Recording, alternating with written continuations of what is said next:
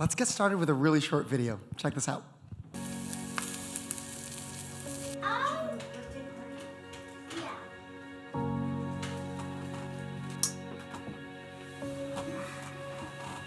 Today, more than ever, young people long to know there is more to the human story. In any given community, we don't have to look far to find young people suffering the effects of a deep underlying problem. They don't know who they are and what they're made for. The need is urgent.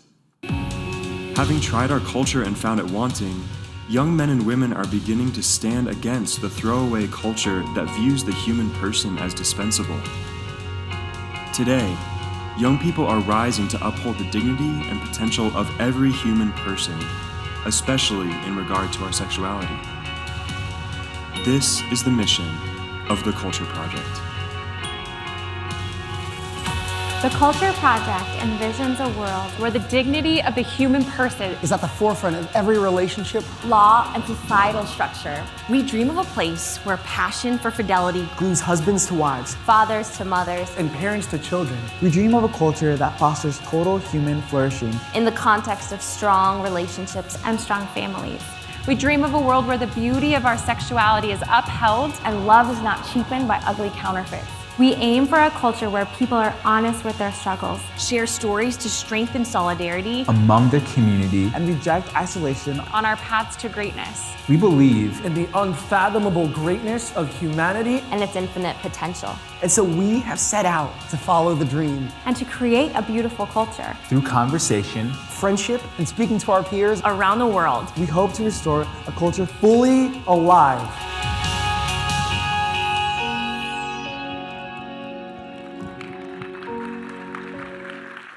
so we're the Culture Project. We just want to represent the young church. We're here.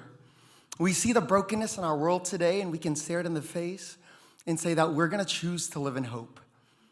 Thanks for being here with us. My name's Gian Gamboa. I'm 27 years old. I've had the honor of working with the Culture Project for the previous 2 years.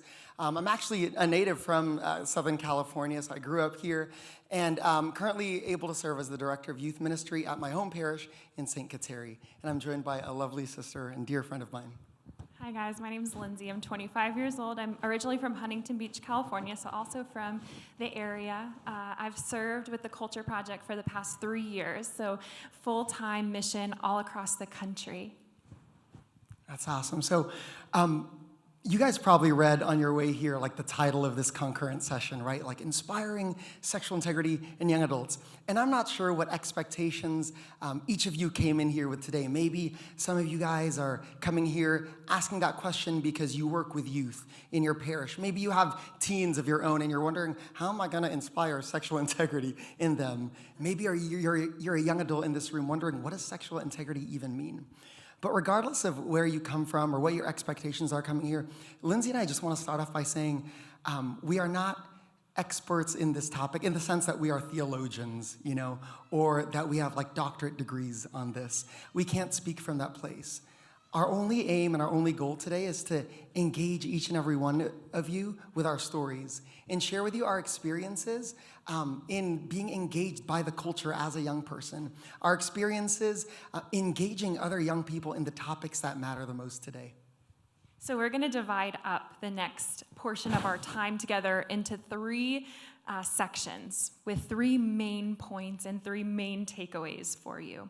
The first is why. Why do we devote the past few years of our lives, why do we devote our time to inspiring sexual integrity in young adults and young people? Why? We believe the answer to that is because love is real. Because love is real. The second point is how. How do we engage the culture with some of these truths? How do we share the truth with young people? We believe that beauty leads to truth. And the third is what? What do we do? It's our response. It's our work. And we believe the truth sets you on mission. So love is real, beauty leads to truth, and truth sets us on mission.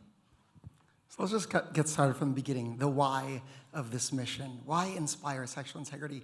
And as Lindsay said, the answer is so simple, right? because of love. And a lot of you guys might be like, well, yeah, we know that love, charity, God is love. Woohoo, right? But I think we really need to reclaim this truth because it's a truth that's actually forgotten in our world. It's something that's lost. A lot of young people that we meet in the classroom, in the parish, every day in our work, a lot of them don't really believe that love exists. That real, authentic, sacrificial love is something to be experienced in this lifetime. But we have to reclaim it, that is true. It's here. I know that personally to be true from my childhood. And when I think about how I know love to be real, one word comes to mind, and it's family. I was actually born and raised in the Philippines. So I was born there, grew up there till I was about 9 years old. I'm one of 5 siblings. I have 3 brothers and 1 sister. And my parents are actually in the room. They're right there. Hi, Mom. Hi, Dad. They're so cute. Anyways, we grew up in the Philippines, and I didn't really have the most, typical childhood growing up. I had a great childhood growing up, but it wasn't the most typical. What I mean is the world I was born into was one where my parents sort of had set up the perfect life for me and all my siblings, right? My parents had started this amazing, beautiful company, super successful. We had this just amazing lifestyle. We were well off, had a huge house, and I was a kid that was used to growing up with maids everywhere and drivers.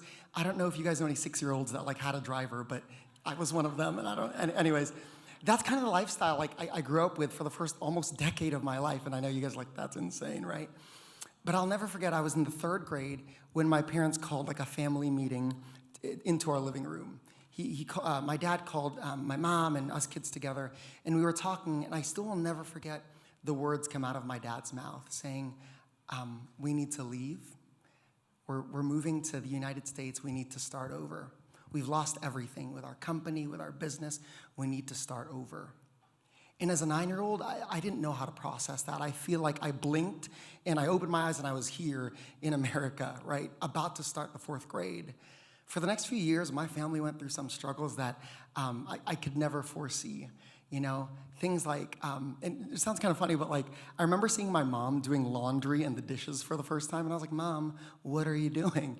And I looked around and I was like, oh, no one is gonna do that anymore, right? Things like that.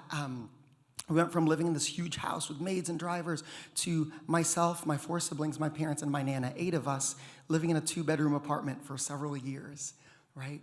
Going through things I'm not sure where we're gonna be next month or how food's gonna be on the table maybe next week, living paycheck to paycheck, things I'd never experienced before. But when I look back on my childhood, I can honestly say with the utmost conviction that I was never scared. I was never afraid because I knew I had 2 parents that loved each other. And I had 2 parents that loved me and my siblings. We had real love in our family. It's kind of like in John 4:18, it says, perfect love casts out fear. And I experienced that in a real way growing up in my childhood. That love, that's real, that's embodied. I'm sure you guys know stories of families, maybe it's in your own family, where you've experienced that love. And we need to reclaim that truth, that love is real, love matters, and love is what we're made for. It's not just this cliche, cheesy thing. Love is the reason God himself came down and took our form as being humans. It's the only reason, love, that Christ died on the cross. That's a huge thing. Love is a big deal, and we need to remember that anytime we think about why we do this. And much like Gian, part of my story as well is that I have parents whose marriage has really allowed me to understand. I think I received my first human formation in the family, and seeds were planted. We didn't really have the whole Christopher West, the open, honest conversation about the glorious plan for human love and sexuality, but nonetheless, my parents' commitment to each other planted seeds in my mind and in my heart that there was nothing I could do to get kicked out of a family. That the family unit was something that was strong and that was intact and that was worth being fought for. And I have to say, my parents are also here. So hi, Mom and Dad. We just happen to have our parents here, so it's pretty great. But I think when it comes to learning that love is real, I learned that most fully when I encountered the opposite and I encountered the counterfeit. And it was really in college. I mean, I grew up in a Catholic family, but the lure of the culture really got its grip on me for a while. And I just wanted to be liked. I just wanted to fit in. I just wanted to have a boyfriend on the water polo team. Like, that was what I wanted in high school, you know? And so I got really sucked in. I was going to youth group, but I was also going to parties with my friends because some of that just kind of looked attractive to me. And I'll never forget, I went off to college. I found this newfound freedom, right? And I had this really good friend my freshman year of high school. Her name was Sarah. And Sarah and I, one night, we went out to a party. And my friend Sarah, she had a long-distance boyfriend all the way across the country. And so Sarah and I went out, and I remember very clearly walking Sarah back to her dorm room after this night of going out. And I'll never forget that her and her boyfriend were in a fight with each other, and he was texting her the most degrading names. And I remember very vividly that night I walked Sarah up to her room as this freshman in college, and I remember holding my friend as she cried. And that night wasn't enough to kind of snap me out of my ways and my decisions, but I remember having this very clear thought when I held my friend. I remember thinking, this is not the way it is supposed to be. This is not the way it is supposed to be.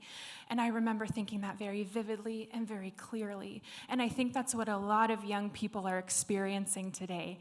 They're experiencing the ache of wanting love, but also the disbelief that it's real. I've spoken in some classrooms across the country about some of these things, and girls will come up to me and say, you know what, Lindsay, I think it's really beautiful, this idea, this lifestyle of chastity, but what if I choose it, I get married, and then my marriage doesn't last? And underneath all of those layers of hurt in this person's life, I get this sense that young people have this distrust that love is real. So there's this jadedness, while there's also this ache. I see the ache because I know how many of my friends and young people are tuning into The Bachelor and The Bachelorette every week. I know how many of my peers watch hours of YouTube videos about weddings on a Saturday afternoon. I know how many of us as a culture, a couple months back, tuned into that royal wedding, right? Where Meghan Markle got her dress on. And I was in Philadelphia at the time. It was like 6 a.m. And nothing gets me out of bed at 6 a.m. like a royal wedding. So I jumped right out of bed. I ran into the living room, turned on the TV just in time to catch Meghan Markle walking down the aisle to her prince. So I see this in the culture. We're grasping still for love. But there's a jadedness and a confusion that it's even possible, even real. And so I try to take that ache with me every time I go into the classroom and I talk to students to remind them that love is real, but it doesn't look like our culture is offering. So how do we break through? How do we break through the jadedness? How do we break through the confusion? How do we break through maybe the hurt of their own family life that's broken? I think our only hope, our only chance, I'm not a theologian though, so do not write this down and quote me on it. I think our only chance, actually this comes from Bishop Barron, is beauty. Because that's what worked for us. That's what worked for every single Culture Project missionary. It wasn't this list of rules that's like, oh, you can't do this, you can't do that, you definitely can't do that, right? It was this like hope for something greater. The hope that love is real, that love could be fought for, the beauty of our dignity. So we talked about the why. That motivates me, that gets me out of bed every single day because I want to tell our hurting culture that love is real and love is possible. But the how, I think we have to start with beauty. And around this same time I had this experience with my friend Sarah, I also met a girl named Jill. Now, Jill was not at my university. She was a little bit older than me. She was in her 20s, but still young enough to be relatable to me. And I remember I just wanted to be Jill's friend. I remember there was something about her. She was making different decisions than the rest of my friends. And there was a peace and a joy that she had that I wanted. And she was in a relationship. She had a boyfriend, which just appealed to me also. She was dating this guy named Bobby, and the way that they lived and the way that they loved each other, the way that they sacrificed for one another was so beautiful to me to see. It wasn't like the hookups that I saw around me on my college campus. It wasn't like the breakdowns of the drama that can come from relationships. This was real. There was a commitment there, and I began to ask her what she was doing. She began to tell me about a lifestyle that changed everything for me and changed my life. But it was through beauty. Jill and Bobby weren't necessarily like walking around to all their friends handing out Humane Vitae to everyone. Not that that's a bad thing. If you do that, that's great. But what pulled me into them and their witness was the fact that they incarnated this truth. They incarnated this truth through a life of virtue, and that was it for me. I didn't exactly know what to do from there. I needed a lot of help, but I knew what the culture offered me paled in comparison to what they had and what the Lord ultimately wanted for my life. Something different, something new, and something beautiful. So it was the beauty, something greater, that motivated me to change my direction. Yeah, we believe that beauty is really going to be what's going to save the world. Beauty will save the world. And I think deep inside each and every one of us, we know this. I want you guys to think back in your own minds to a time when maybe you were just captivated by the beauty of nature. Maybe you were sitting on the beach somewhere and you saw the ocean and you were just like, whoa. You might not talk like that. That's how I talk. Or maybe you were up in the mountains somewhere and you just saw the majesty of God's creation from somewhere up high, and you're just drawn in by that beauty. I think the Lord speaks to us each and every day, shouting at us, pulling us towards his heart again through beauty, whether it's the beauty of nature or the beauty of the people around us. I know for me, God's personal love song to my own heart has been the beauty of a woman, right? From a young age, my mom always joked around, like, Gian, of all my kids, you've always been the most girl crazy, like since you're 5 years old, you wanted a girlfriend. I remember actually being in the 4th grade, right? We just moved to this new country, started 4th grade in California public school, and I came back home for my first day, and my mom asked me this question. She said, Gian, how was your first day? Like a good, normal mom. I think she was wondering, oh my gosh, does he have friends? Is he gonna be okay? And I remember looking at my mom being like, Mom, it was awesome. She's like, what do you mean? And I was like, well, Mom, check it out, right? In the school you and Dad had me go into in the Philippines, it was an all-boys private Catholic school. All good and dandy, but I'm like, Mom, we all look the same, right? Short little brown boys with flat noses and dark hair, right? And that's the reality. That's not bad. That's what I was used to. But I was like, Mom, check it. My first day of school, first of all, they have something called recess here, which is sweet. And I went out to recess, and in the playground, I saw boys and girls, right? I was like, Mom, there were girls with dark skin, with light skin, with green eyes, with brown eyes. Some had black hair, red hair. Mom, there's girls with gold hair here. I didn't know the word blonde. So I was like, Mom, there's golden-haired women in my school. I hope you know where you've sent me, Anyways, yes, I was just captivated by beauty, and I was like, I love America. You know what I mean? That was it. And so this love for beauty, this being captivated by a woman sort of followed me all throughout junior high and high school and college. But I think like most young men today, not being taught explicitly how to respond to that ache in our hearts when we come face to face with beauty, I grasped at the things around me. I didn't know what to do, and I felt things stirring in my body when I saw a beautiful woman. I'm like, whoa, what's happening? I don't know. This is kind of cool. It's kind of scary. I didn't know how to respond to that, so I did what the culture invites young men to do today: grasp. Grasp at that beauty around you. Our culture says to young men, women are objects meant to be used for your own pleasure. That it's okay to string a woman along in a relationship to satisfy some emotional insecurity you have. That's okay. And I think a lot of young men like myself follow this, not because we want to be bad, but because we don't know there's another option. We're being bombarded with this lie everywhere, in our school, with social media, in the movies, in the music. And so we follow that path. I found myself in college going through this, kind of similar to what Lindsay said, just immersed in this culture of use. but the Lord would come and rescue me.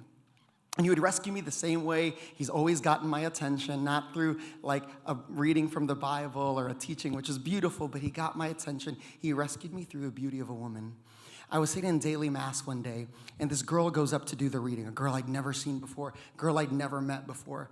But I remember seeing her, and I really wasn't listening to the reading, but I remember seeing her and being like, whoa, you know. 3 words kept ringing in my mind, 3 simple words. Who is she? Who is she? Who is she? Who is she? Right? So at the end of Mass, I go up and I introduce myself to her. I find out her name's Natalie. You know, I'm like, I'm Gian, you know, trying to be cool. I was such a dork. But anyways, fast forward 1 year later, it's our senior year, and Natalie and I actually begin dating. Up to today, I don't know how that happened. Miracles are real. But we begin dating. And that relationship has been so instrumental in teaching me the truths of chastity and sexual integrity.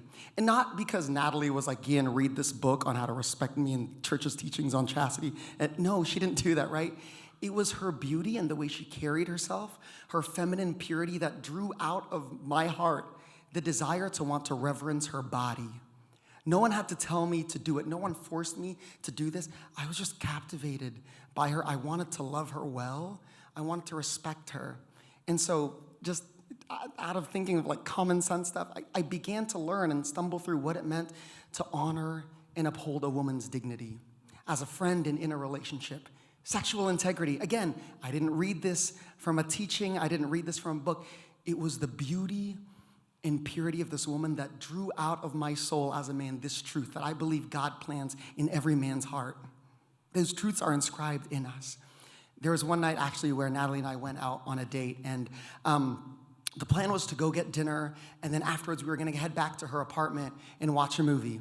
I know a lot of you guys are like, what are you about to, what are you thinking, man? But anyways, so we're driving back home to her apartment, and as I'm driving us, there are these 2 like conflicting thoughts that I feel going on inside of me. There's one side of me that's thinking, you know, I'm really grateful for this time, right? I get to spend quality alone time with the woman I care about, the woman I love. And I think we can all agree, like, there's nothing wrong with that. Hands up if that's cool with you guys. All right, cool. I'm just making sure. We're cool with that. So that's one side. The other side of me, though, had this other thought of, like, you know, I don't know if this is the best situation to put myself or Natalie in. To paint a picture very clearly, I was going to be in an apartment all alone with my girlfriend in the dark, late at night. To speak bluntly, I didn't know if I was strong enough as a man to not give in to the temptation to use her for her body. Point blank. I didn't know if I was strong enough to not use her for her body. And I didn't want to do that. I don't want to use her for my body. I care about this girl. I love this girl, right?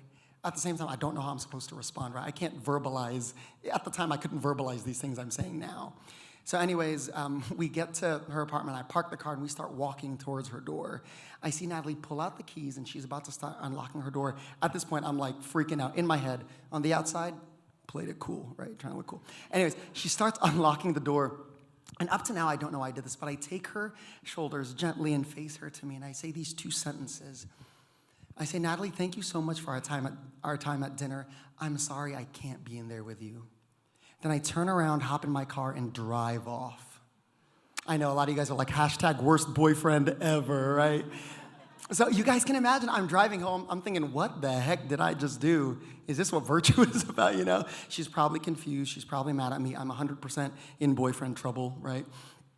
In all of those thoughts, though, there was still something inside of me that had peace and had this conviction of like, no, I'm doing the right thing, right? By removing myself from a situation that her or myself might later regret. Anyways, I get home, I start getting ready for bed, about 10, 15 minutes pass, and my phone starts ringing. You know, I hear like the buzzing, and I'm like, oh no, here it is. I gotta own up to my decision, so I pick up the phone. Hello? I'm expecting Natalie to like really like let me have it, you know, like be upset or lecture me. And the first words I hear, thank you. Thank you. I remember being like, Jesus? I thought Jesus called me on my cell phone, but it wasn't Jesus. So I hear her say, thank you. At that point, I want to be like, you're welcome. I didn't know why she was thanking me, so I did what I think I needed to. I just shut up and just kept listening. Natalie keeps talking. She says, Gian, I didn't understand at first why you left. We had this plan for the night, and you changed it. You didn't explain it. There was no communication. I thought about it afterwards, and quickly I realized what you were doing. She said, we've talked about loving each other properly, we've talked about loving each other purely, and that's what you're doing. And then Natalie says these next set of words that I'll never forget for the rest of my life. She says, Gian, thank you for loving me in a way no man has been able to love me before. I'm on the phone at this point, just like confused, but really happy, but amazed, and wow, that's the power of beauty. It has the power to pull out the goodness in a man, the goodness that God places in there in the moment of our creation. Now, I just want to address like the women in this room real quick. Women in this room, this beauty that we're talking about, this transformative power of beauty is not exclusive to some women and not to others. It doesn't matter what you look like, how old you are, what your experiences are. You, by being created female in the image of God, have the gift, have the power of this beauty. And I don't know if you've ever heard this before, maybe it's been a long time since you've heard this, but on behalf of all the men in this room, women, I just want to speak to you on behalf of all men and say that you are beautiful. You are absolutely beautiful.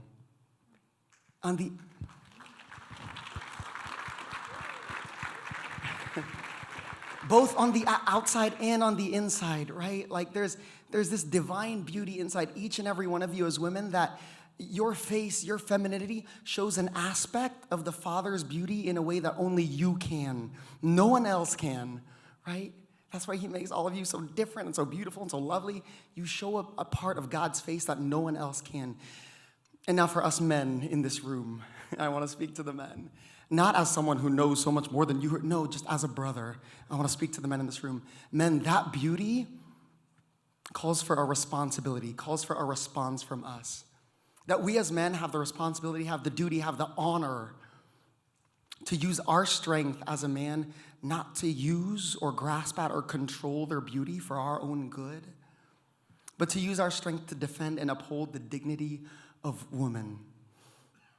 That the thousands of women that the Lord allows us to encounter in our lives are not meant to be 1,000 temptations to hell. No, every single woman in your life as a man is meant to be an invitation to heaven. Beauty shocks us back to reality. And I think I can say that for my own life and for Gian. The beauty of a woman and the beauty of human love. Amidst whatever might be happening in our culture and the wounds and the addictions and the things that we hold on to or carry, beauty shocked us back to reality and led us to the truth, grounded us in the infinite wisdom of the church's timeless teachings about sexuality, about love, about marriage, about family. It was recognizing and being open to that encounter with beauty, and that's what we try to do when we go into the classroom. We want to paint a beautiful picture, not just to say like, okay, kids, like have fun trying to figure out how to do that, but to paint a picture because we believe young people, just like all of us as human beings, we've been created with the capacity to love far greater than what we're settling for as a culture. And it just kills me to see young people just grasping, but they don't know how to get there, and they want more. And I believe in young people. I feel like sometimes people will ask me what I do, and I tell people that I talk to young people about love and relationships and sexuality, and they're like, oh, good luck. Like, oh my God.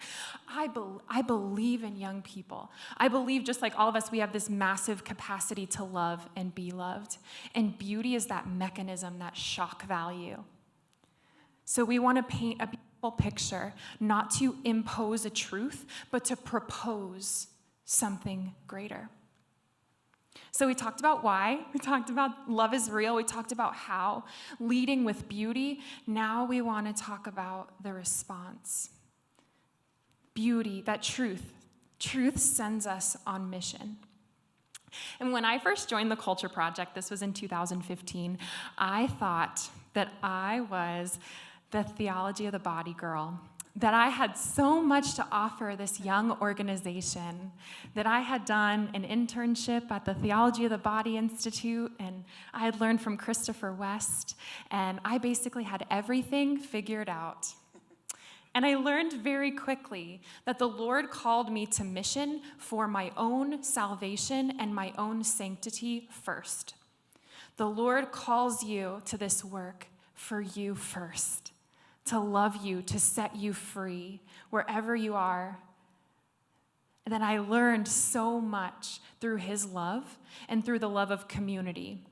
The Culture Project attracts young people from all over the culture, or all over the country and the culture, trains them, and then sends them out. But we first learn how to love through community life. Community is a large aspect of our mission. We live in community. We pray together. We work together, give our talks together, because we believe that community is actually the means that we can grow in love. That it wouldn't do much good for me to go into a classroom and talk about virtue if I wasn't striving every single day to live it out. And those of you who live in community, live with other people, families, you know that community is challenging, and community comes with the cross. So in community, I learned that virtue does not happen in a vacuum. Virtue happens in the context of relationships. I learned what chastity really means. When you are brought together with men and women, young adults who are beautiful, who all believe the things and want to be good and want to be holy, there are real attractions that happen and develop. There are real desires that form and develop. And within community life, I have learned how to experience attraction and order it towards real love. Order it towards authentic love, which is a gift. And then when I get to go into the classroom, I can tell young people that I am striving to live this out too. And to really reclaim the virtue of chastity, that it's not just a list of rules, that it's not a repression. I think our culture so often wants us to either repress or indulge, but there's another way. And through community, I've been able to experience attraction and desire, and I've been able to experience it and gain a lot of life and joy from it, because it's fun to have a crush, it's fun to fall in love, but then to appropriately channel that to loving my entire community actually brings a lot of fruit and a lot of joy and a lot of freedom to community life. So in that, just learning the beauty of virtue, the beauty of what chastity really means, and that is our foundation to then going to share that. And being set on mission doesn't mean you have to be part of the Culture Project to do this mission, right? Some of you guys might be thinking, okay, I get it. We're doing this for love. How we're gonna do this, we're gonna lead with beauty. And some of you guys are saying, but how do we lead with beauty? What does that look like? And we just wanna say, like Lindsay said, in community, look first at yourself. Allow us to look at ourselves. How can we let Jesus change us, make us more like him? And then look at the people around you, the communities God placed us in right now. That's our first mission field. That's your first mission field. For me, when I think of community, I think of one word. Right now, I think of brotherhood, especially because of what I was able to experience this last year with the men of the Culture Project. This past year with the Culture Project, something really special, I think, happened. There were 7 of us men who are called to be male missionaries for the Culture Project, spread out across 3 teams. But every September, we come together as an organization and engage in formational training, really trying to make, as Lindsay said, incarnate the virtues so that we can live it out in relation to one another. So we're growing those things. We were in New York, in Long Island, New York, this past September 17th, and us 7 guys got together. And I remember in our first meeting, the most amazing thing happened. All of us guys we came together and we started at this point of vulnerability. It was 7 guys came together, and all of us had this shared experience of sort of going through life, trying on different masks that the culture would hand us, saying, this is what it means to be a man. No, this is what it means to be a man. And we had so many of these masks on, not knowing our identity as men, what it really meant to be a man. We'd gone on pretending so long, yeah, we know what we're doing. But for the first time, we got in front of each other and just said, I'm gonna take off my mask. These are my insecurities. This is where I struggle to be a man. This is where I'm confused. We started there at vulnerability. And then from there, we asked one simple question.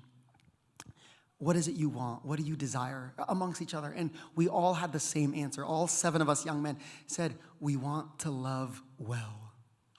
And in particular, we wanted to love well the women around us, the women that God has placed in our lives. From our mom to our sisters to the women in the Culture Project that we got to work with. We want to love them well, but we didn't know how. And those two things started. The next thing that followed was just let's try. Let's actually make this a real thing, so we're not just talking about this virtue is so beautiful, and but let's try to make it a living reality. So what happened next was weird things of just trying to really for example, in conversations with some of our female teammates, trying to really listen and enter into the beauty of their femininity in a simple conversation, little random acts of kindness. I remember one morning, we actually planned a surprise brunch for the girls, right? A few days before, and one of the guys had the idea, why don't we cook brunch for the girls? We're yeah, girls talk about that brunch thing. We don't know what it is as men. It's breakfast or lunch, make up your mind, I don't know. But girls seem to like this whole brunch thing, right? So let's plan that for them. So we snuck out when they were looking and bought food for breakfast. There was a two-man committee, cooking the food, another two-man committee setting up the tables to try to make it as pretty as men could. And that morning we invited the women, and we sort of just surprised them, said, hey, we made breakfast for you at a later hour, brunch, And we called the women in, and they were so happy, they were so excited. It was 11 a.m., there was coffee and orange juice and all that stuff, and they were so excited. We sat down with them and just had that meal with them. At the end of it, we gave each of the women a rose, just to say thank you for being you, And I still remember up to today the response the women had there. I know Lindsay was there. And it's amazing. So that's what it takes. That's what community is for. That's what family is for. It's a school where we can learn to grow in virtue. And we're not going to do it perfectly, but that's okay. We're meant to stumble through it. But we need to make the teachings of the church incarnate in the ways we relate to other people. Because otherwise, if it stays in here, if it stays within us, and it doesn't go out, what's the matter, right? On the way here this weekend, I was actually listening to an audiobook by C.S. Lewis, and it was a book called The Screwtape Letters. If you guys don't know what that is, it's basically a book he writes about letters that a senior demon, it's a fiction book, a senior demon writes to his apprentice, which is a younger devil, trying to tempt the soul of this Christian on earth. And in one of the letters, C.S. Lewis says, your client, he calls him, this Christian, he's now learning about these teachings on virtue. He's learning about the Christian way. And he said, that's okay. This is what the demon was saying. That's okay. Keep him learning about these virtues. Keep him learning about these things. And all the good feelings that come with learning it, push those happy feelings. That, I'm happy, I'm excited, I can learn about these things now. But he said, keep pushing those feelings so the focus stays there. The focus stays on the Christian, on that person, having these good emotions that come with these truths. But he's so happy that he's learning it. He's so focused on that he doesn't actually live it out. There isn't a real evangelization. The teachings of virtue don't bear real fruit in community, in relationship with other people. I remember just hearing that on the drive here being oh my gosh, a lot of self-reflection for me. And I think that's something we can all relate to. It is good that we love talking about these things, learning about these things, coming to something this incredible like a Humana Vitae conference. But if we are not taking those things and then asking the Lord, what can I do with this? Give me the grace to act this out. And then from that place with the Lord, act in faith, act in courage. Put it into action. We need to do that. I promise you, when we start doing that, even just the people in this room, real change will come in this world. At the end of our past mission year, we ended in Pennsylvania. We ended it in Pennsylvania this past June for the end of the past mission year. We were sitting in a classroom, and I was actually sitting next to our founder. Her name's Christina Barba. And as we were listening to a presentation, I had this flashback to a time when me and Christina were having this conversation. And she said to me these words. She said, Gian, you know what the dream is? You know what's going to restore the culture? And she said one word. She said family. It's not when, you and the other missionaries give these beautiful talks on these things, but it's when we learn to grow in virtue ourselves, enter into our own vocations, whether it's in religious or with a family, and we live out these teachings. And then there are people who get together and live out beautiful marriages, have children where these virtues can be embodied and they live that out. When that happens, the dream will come true. Like that's it. And I remember that, and then sitting in this room, I looked around this classroom. There's maybe 25 of us, but I saw the two people speaking were two people named Katie and Will, a beautiful, amazing couple. They were actually Culture Project missionaries that ended up falling in love, getting married. And they were standing up there giving this talk, and Will was holding his daughter, Maggie, right? And I looked up there and I said, oh, like, there's a family right there living out these truths. Speaking to a bunch of like young people. There were religious in the room too. There were some priests there. There were single people. There were other married people. There were other babies. And I remember thinking in that moment, like, that dream is realized now. Like, we're actually here. It's not something that happens 1, 2, 5, 10 years later. Like, we in the Culture Project in our small little family are not perfect, but we in a very real way have experienced a little taste of heaven by being surrounded by people who intentionally pursue us each and every day, and by being able to receive that pursuit and that love ourselves. And it's never, ever, ever too late. I give talks, we also give talks to parents about how to engage their students and their sons and daughters with some of these teachings and truths. And so many of them come to us and say, I could never talk to my daughter or my son about this because I didn't find this out until too late or later into my marriage, or I'm still struggling with addiction. How can I expect them to live differently? It is never, ever too late. No parent, no teacher, no youth minister is perfect, but when we receive the Father's mercy, we offer our hurts, our addictions, our wounds to him, and we receive his mercy. There's something so beautiful that takes place because we can stand in our witness and we can share our story. We can incarnate the mercy of the Father. And that's really powerful. And that is what I want to share with all of you, no matter where you're at, no matter what your ministry looks like, no matter whether you're involved in ministry or not, to be open to the mercy of God, because young people need your witness and need to see your story and experience you. And on that note, to all the previous generations that came before us that kept up this fight, on behalf of just all young people here, we just want to say thank you to all the previous generations for not giving up the fight. Amidst all the things you went through as a generation, but even in your own personal battle and your own personal story, thank you for living this out. Because it's been through your fight, through your fidelity to this cause, that's formed and commissioned us as the young church to continue fighting. And to the young church, to the young men and women in this room, I'm actually going to ask you guys to stand up. I don't know how many of there are you guys, but I'm asking you guys to stand up. I know I see a lot in the front, but please stand up. The young church, please stand up.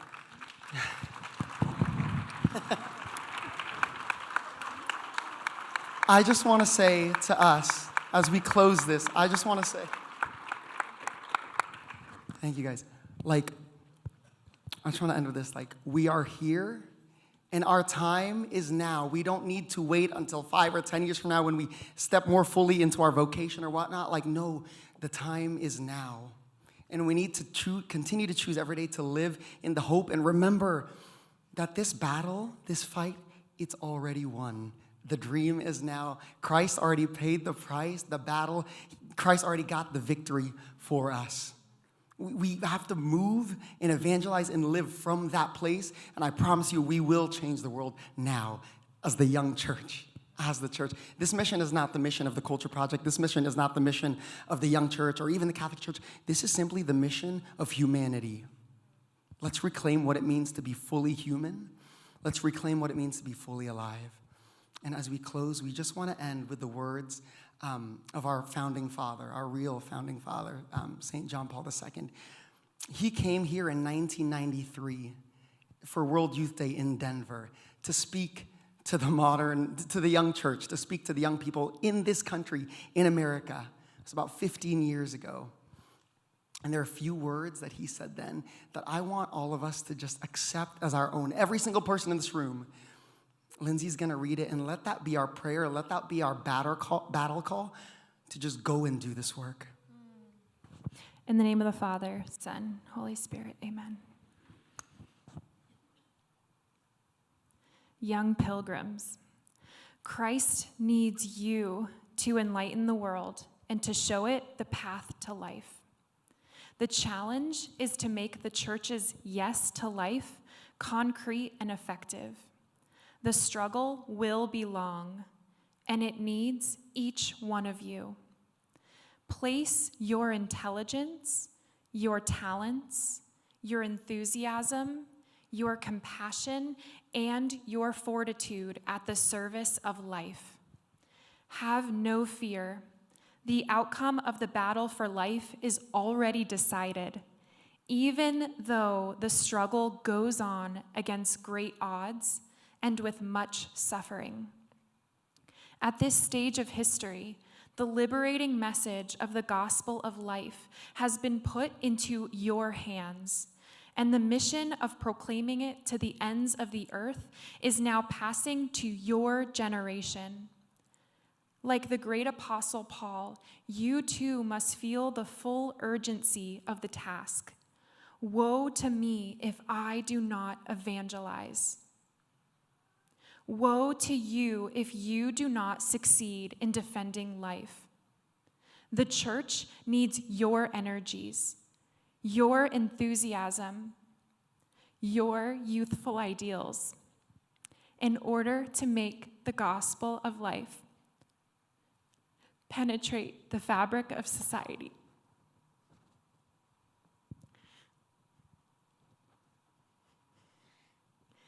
Transforming people's hearts and the structures of society in order to create a civilization of true justice and love.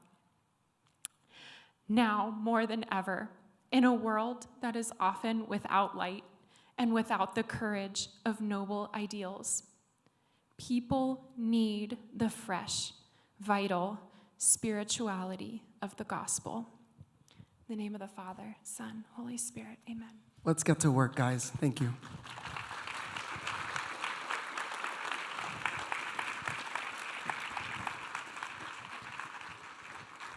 Well, I hate to make any announcements because I don't want to dilute what you guys said. Thank you for being here. It was awesome. I think what we should do now is maybe take some questions, and instead of having a bunch of people stand up and ask you individually, I'm sure there are a lot of people who want to hear the same things or have the same questions. But for those of you who would like to step out, the exhibit booths are still open, and they're going to close at 4. So it's just about 3:15 right now. The keynote's going to be in here at 3:40. So if you want to take a break, you can take a break. But if you guys are willing, would like to ask questions, I'll just leave the mic here, and you can come up and grab the mic and ask them a question. Otherwise, you're on your break right now until 3:40. Thank you.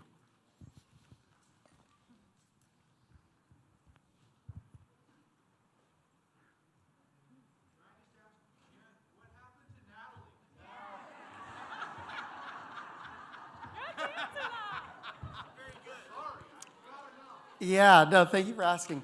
We're actually getting married this January, so we're engaged. You're all invited. Sorry, Mom and Dad. I invited everybody. Yeah. Thank you. Thank you for asking. Yeah, so please pray for us. This January we get to step into that together. Sure. So if you guys search on YouTube, The Culture Project, we have a series of videos there that are meant to, one, expand the mission, invite people to it, but also there's actually short little 2-3 minute videos meant for young people as like little formation bite-sized videos to get them formed and think about these topics. That video will be up on there soon. So just search on YouTube, The Culture Project, follow us. It's The Culture Project International. You're welcome.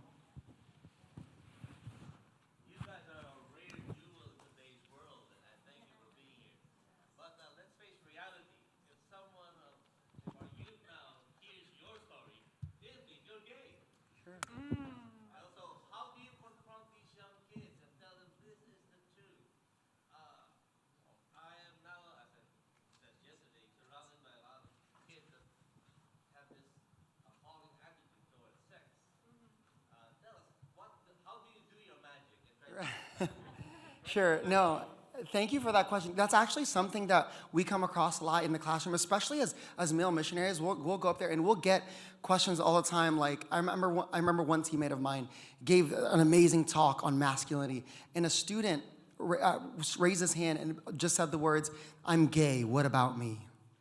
You know. And so we tackle these tough questions all the time. And what I would say is this: when it comes to a young person first, if they're asking a difficult question like that, because they do, oftentimes that question they're asking is really just a cry out to be seen, to be heard. And so for us, our job is, yes, to receive the question, but to really look at the deeper thing they're asking. If someone, for example, if a guy comes up to me at the end of a talk and says, like, Gian, great, that sounds good and all, but I don't think that's possible, or what about this, or what about that? It's about looking at the deeper question they're asking, because there's so much confusion there. And we've found that in terms of addressing those questions, addressing those doubts, there's two, I guess, approaches we like to take in this. Number one is to ask questions ourselves to them. If a question is asked to you and you don't know the answer and it's a big question, sometimes we found it's not the best idea to just try to answer it in what we know. But ask questions to them. Where are they coming from? What's their story? Why are they asking that? Because likely they've experienced some sort of hurt to ask that question. Once they start talking and sharing a bit more of where they're coming from, we're able to understand like the root of it. And then from there, we like to answer them just with telling stories that embody the truths of the Catholic Church. Right? But we can't just tell them, sometimes we can't just tell it to them like point blank, this is it, but we'll share our own personal experiences, kind of like what we did in this talk today, that embody the truths of the church lived out. Mm-hmm. And I think with that, leading with that, we've seen a lot of amazing things. So I'm not sure, where were you that asked the question? So thank you for asking that question. But I do want to say, it does work. Like we've been doing this work for a few years, and we've seen some of the craziest things that when we speak about these topics in this way to young people, their response sometimes is yes, like, oh, like there's something pierced within them that they don't like. But oftentimes what their response actually is yes. Like I've been waiting for someone to awaken in me what I've been feeling inside. Or I've been waiting for someone to just guide me in some way. So we found that the response is actually good. Not perfect, but it's good. I'm not sure if you want to add it. I just want to say something really quick, too. I think as the 3 years have played out in my work with the mission, it's brought me a lot of comfort in knowing my role, that our role is, in a very real way, like seed planting. It's very rare that I see a conversion or I see, like, that day, like, okay, I'm going to, like, live this out and change all these things. And I have to accept my role along someone's journey, and that this work also requires a lot of patience, and that just like it took me a while to kind of maneuver through. Some of my greatest affirmations from young people is that, Lindsay, you have challenged my trust in the culture. You have challenged my trust in the culture, because I kind of expose, like, is this actually getting us what we want? So while they might not sign their chastity commitment card that day, if they have been challenged to think a little differently, and then the Holy Spirit does what he does best in that person's heart, I'm okay with that. And I trust that he continues to move. I just want to add one last small thing. Because I understand that the part of your question was like, what if this, from a guy saying it, and they're like, man, this seems like a feminine message. We've actually experienced the opposite.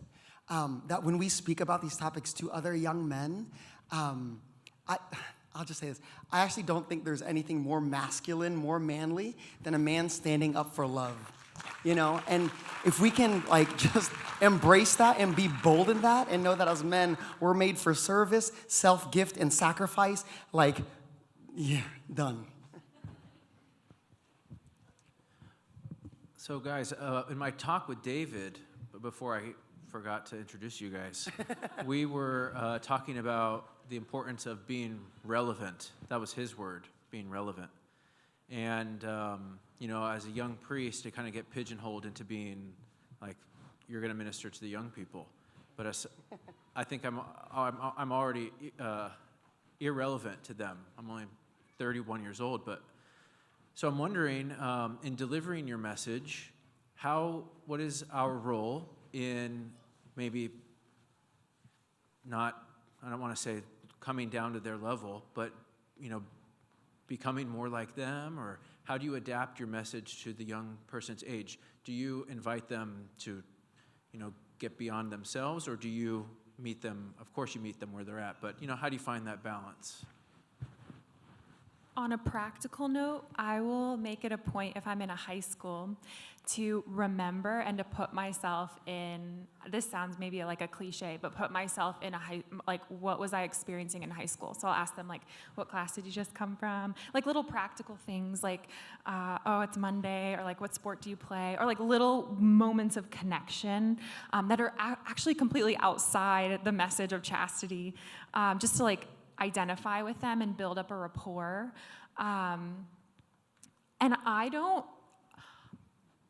don't really know if I don't, in terms of learning what kind of music they like and what kind of movies they like, I think maybe it's good to have a pulse on that, but I don't really listen to teenage music. I just listen to what I like and I listen for popular songs that I love, and I'm oh wow, I could make a connection to that or that. But I don't think I study I don't dive too deeply into maybe what they're experiencing outside of just recalling my own experience, their age. Do you have any thoughts? Yeah, there's just one word or one thought that comes to my mind when it comes to making yourself relevant. I think all young people share this one common desire, to be heard. And I think regardless of who is approaching them, whether you're a religious, whether you're a married person, whether you're old or young or whatever you look like, I think if we can remember the word listen for us, to listen to our young people today, that will make us relevant. More than any way we look or more than any way we present ourselves, we listen, because young people are crying out to be heard. And I think when they can come across somebody who's willing to listen, willing to ask questions, willing to really see the dignity in their humanity, that's powerful. That will make more of an impact than looking cool to them and being relatable. And although that is important, we do need to meet them where they're at. To answer the second part of the question, we do need to meet them where they're at, but not stay there. One of our teammates, I think Kayla actually says this all the time, we need to meet them where they're at, but we need to call them to higher, And we walk with them. We don't stand up here saying, hey, I've learned these truths, come up here. We don't just go down to their level and say, yeah, this is tough, and stay there. It's no, I'm here, I'm with you, let's walk.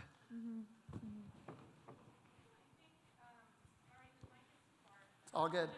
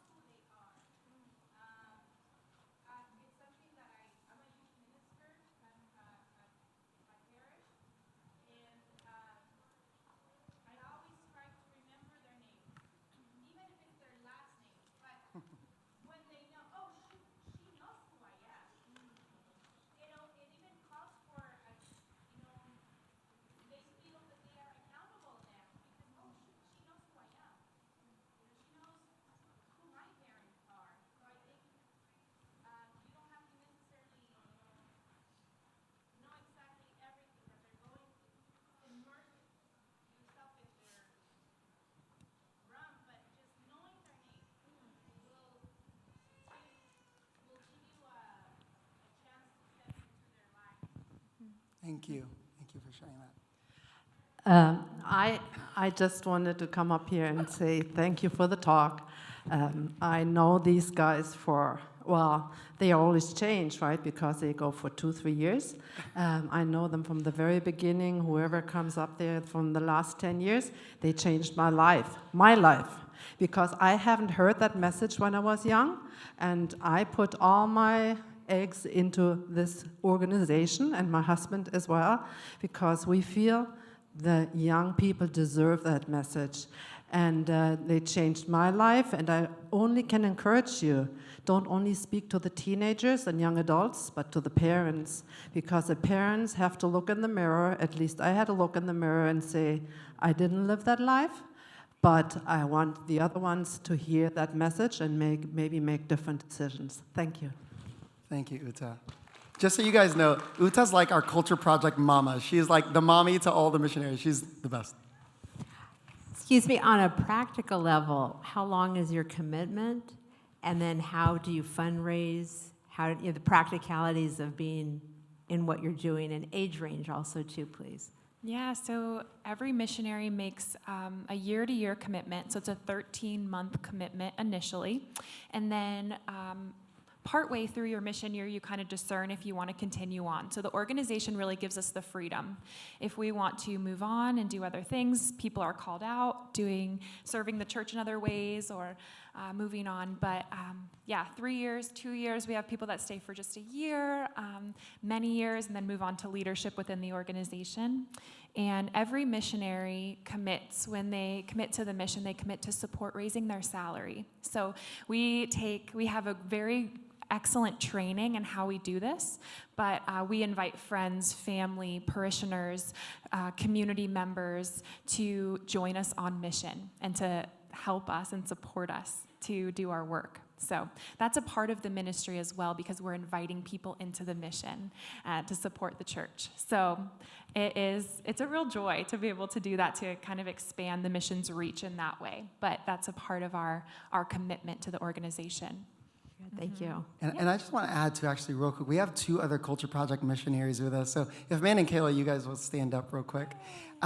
If any of you want to support the mission in any way, talk to any one of the 4 of us. Kayla specifically, Kayla, you want to wave?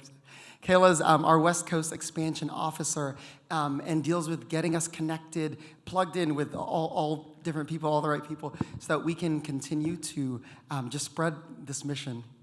So come see one of the 4 of us. We have a table. Hey, This will be our last question, guys. Okay, last question. Here we go. First of all, I'd like to start by praying that God continues to bless you and your mission. It's very honorable. Thank you so much. I think something else that we learned, ladies and gentlemen, today is that we are all, as Catholics, the universal church, are called to evangelize, like our first Christian brothers did all those thousands of years ago. So the message has been given to us here. I know that we live in a kind of a culture that preaches not such nice things, but even in those difficult times, I think this first gentleman brought it up here, we may be called things, we may be thrown and hurled things, but we have to live in the face of that adversary and continue to push the message of love out to our brothers and sisters out there. So please join us all in evangelizing that precious missionary that Christ first gave to us. And even if you can't get out there and put that message out, you can certainly help in your own Catholic communities by joining a Eucharistic ministry, the lecturing, and helping the priest out. Those are also missions that need callings for. So I pray that all you brothers and sisters will listen and pick up those callings that the Lord is speaking to your hearts this day. Thank you so much. Thank you. And for those that we didn't get to answer your questions, or we'd love to meet you guys. We also have our own cards that if you ever want to get in contact with us, don't be afraid to say hi. We'd love to meet each and every one of you. Thanks.